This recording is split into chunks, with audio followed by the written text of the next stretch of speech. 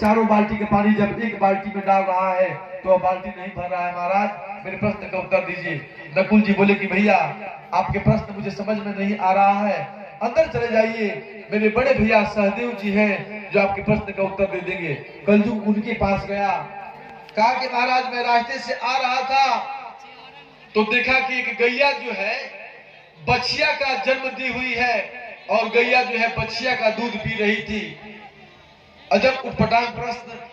सहदेव जी बोले कि भाई मेरे बस की बात नहीं है, अंदर चले जाइए, भीम भैया हैं वह आपके प्रश्न का उत्तर दे देंगे। कलयुग उनके पास गया मनुष्य का रूप में, कहा कि महाराज मैं रास्ते से आ रहा था तो देखा कि किसान जो है खेत में सब्जी लगाया हुआ है और किसान सब्जी को लगाया हुआ है और चारों तरफ से नुनहान लगाया हुआ है कि कोई जानवर खाए नहीं, और देखा मैंने कि कांटे ही सब्जी को खा रहे थे, रुनहान जो थे वही कांटे ही सब्जी को खा रहे हैं। महाराज मेरे प्रश्न का उत्तर दीजिए। भीम बोले कि चले जाइए, अर्जुन भैया है वह मेरे प्रश्न का उत्तर दे देंगे आपके प्रश्न का उत्तर। कलयुग गया अर्जुन के पास, कहा कि महाराज मैं रास्ते से आ रहा था तो देखा कि एक बहुत बड़ा चट्टान टूट करके और मकड़ी के जाल पे अटक गया है, जरा मेरे प्रश्न का उत्तर दे दीजिए। बोले कि मकड़ी का जाल दुनिया का सबसे कोमल जाल होता है, हल्का सा हल्का अगर लग जाए तो तुरंत टूट जाता है, और ये कह रहा है कि बहुत बड़ा चट्टान टूट करके मकड़ी के जाल पे आके फंस गया। महाराज आपके प्रश्न मुझे समझ में नहीं आ रहा है, चले जाइए अंदर, युधिष्ठिर भैया हैं आपके प्रश्न का उत्तर दे देंगे। कलयुग उनके पास गया, उनके पास जाहिर सत्य के पास कभी झूठ नहीं जाएगा, अंदर बढ़ा लेकिन साइड से रास्ता मोड़ करके और बाहर निकल गया। शाम का जब समय हुआ, भोजन करने का समय हुआ, पांचों भाई पांडव जमीन के पास बैठे, भोजन की थाल सजा दी गई लेकिन किसी का कौर नहीं उठ रहा है, सभी लोग, सबके मन में प्रश्न खटक रहा है। युधिष्ठिर बोले कि महाराज आप लोग भोजन नहीं ग्रहण कर रहे हैं, भोजन तैयार हो गया है, थाल सज गई है।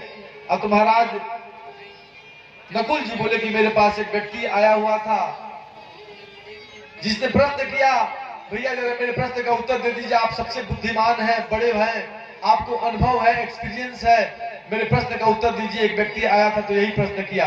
अब तो क्या प्रश्न किया? अब तो एक व्यक्ति रास्ते से आ रहा था तो देखा उसने कि एक बूढ़ा व्यक्ति कुएं से पानी निकाल रहा है और 4 बाल्टी को भर रहा है, और वही चारों बाल्टी का पानी जब एक बाल्टी भर रहा है तो वह बाल्टी नहीं भर रहा है। महाराज मेरे प्रश्न का उत्तर दीजिए भैया। उन्होंने मुस्कुराया, युधिष्ठिर ने कहा कि ये कलयुग का बहुत बड़ा प्रमाण है, लगता है कि कलयुग का आगमन हो गया। कलयुग में ऐसा ही होगा कि एक बाप 4 बेटों का भरण पोषण कर देगा, पढ़ा लिखा करके बड़ा अफसर बना देगा, लेकिन वही 4 बेटे मिल करके एक बाप का पेट नहीं भरेंगे। इस कलयुग का सबसे बड़ा प्रमाण है भैया। एक बाप 4-5 बेटों को पढ़ा देगा, लिखा देगा, पालन पोषण कर देगा, लेकिन चारों बेटे मिल करके एक बाप का खर्चा नहीं चलाएंगे। इस कलयुग का सबसे बड़ा प्रमाण है। दूसरा प्रश्न, सहदेव जी बोले कि भैया मेरे से एक आदमी प्रश्न किया था कि मैं जब रास्ते से आ रहा था तो एक गैया जो है बछिया का जन्म दी हुई है और गैया जो है बछिया का दूध पी रही थी, क्या है इसका प्रश्न का उत्तर दीजिए। तो कलयुग में यही ऐसा ही प्रमाण है कि कलयुग में लोग बेटी का कन्यादान करके और बेटी का धन लोग कलयुग में खाएंगे। कभी भी बेटी, हम लोग देखे हैं कि पहले के जमाने में जब लोग आते थे तो जिस गांव में बेटी का विवाह किए हैं उस गांव का अन्न तो कौन कहे जल भी ग्रहण नहीं करते थे, तो दूसरे गांव से जाकर के लोग पानी लेके आते थे और पीते थे। आज तो ऐसा फैशन चल गया है कि बेटी के घर लोग जूठा विवाह मां सब लोग भोजन कर रहे हैं, बहुत बड़ा रौरव नरक के भागी लोग बनते हैं।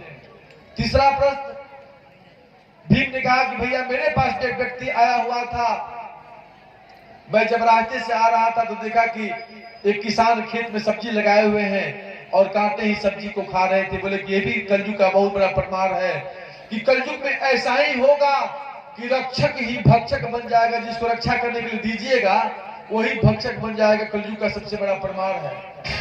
उसके बाद चौथा प्रश्न, अर्जुन ने कहा कि भैया मेरे पास एक व्यक्ति आया हुआ था, कहा कि एक मकड़ी के जाल में बहुत बड़ा चट्टान टूट करके फंस गया। बोले कि कलयुग में ऐसा ही होगा कि बड़े बड़े ऋषि, बड़े बड़े ज्ञानी, बड़े बड़े ध्यानी बड़े बड़े संत, बड़े बड़े महात्मा माया के जाल में फंसे रहेंगे। यह कलयुग का बहुत बड़ा प्रमाण है। केवट कहा कि प्रभु, हमारे यहाँ का विधान है कि हम बेटी का कन्यादान कर देते हैं, उसके यहाँ कोई भी उसका धन हम लोग नहीं ग्रहण करते हैं, धन नहीं लेते हैं। ये मेरी बेटी है, ये साक्षात माँ है, जगत जननी जगदम्बा सीता। मैं कैसे इनके हाथ से अंगूठी ले लूं? प्रभु फिरती बार जो कछु दे